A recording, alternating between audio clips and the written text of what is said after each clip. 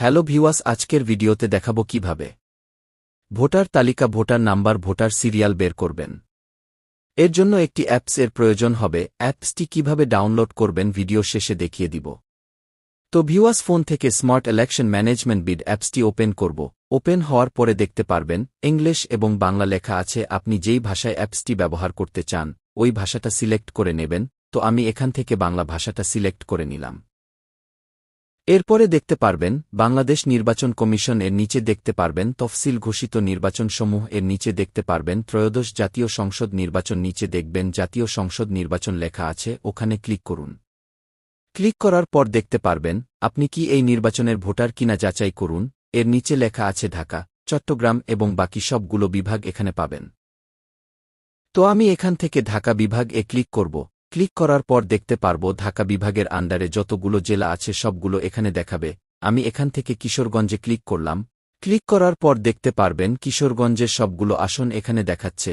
এখান থেকে বিস্তারিত ক্লিক করে আপনারা এনআইডি নাম্বার দিয়ে ভোটার তালিকা নাম্বার সিরিয়াল দেখতে পারবেন। তো ভিউয়ার্স, এখন আপনাদের দেখাবো কিভাবে সহজে আপনারা ভোটার তালিকা নাম্বার সিরিয়াল বের করবেন। নিচে দেখতে পারবেন একটি সার্চ বার আছে, ওখানে লেখা আছে ভোট কেন্দ্র পর্যন্ত, ওখানে ক্লিক করুন। ক্লিক করার পরে দেখতে পারবেন এনআইডি নাম্বার এবং জন্ম তারিখ লেখা আছে। এখানে আপনার এনআইডি নাম্বারটি দিবেন এবং জন্ম তারিখ দিবেন। তো আমি আমার আইডি নাম্বার এবং জন্ম তারিখটা দিয়ে দিচ্ছি। দেওয়ার পরে নিজের সার্চ অপশন এ ক্লিক করব।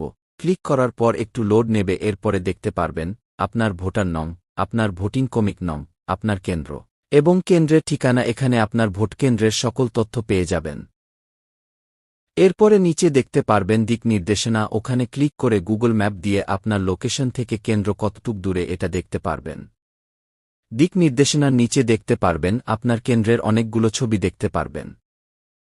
তো ভিউয়ার্স, এখন দেখাবো কিভাবে অ্যাপসটি ডাউনলোড করবেন। তার জন্য ফোন থেকে প্লে স্টোর অ্যাপসটা ওপেন করব। ওপেন হওয়ার পরে সার্চ বারে গিয়ে লিখবেন স্মার্ট ইলেকশন ম্যানেজমেন্ট বিড, লিখে সার্চ করার পরে প্রথমে যে অ্যাপটি পাবেন এটা ডাউনলোড করে নেবেন।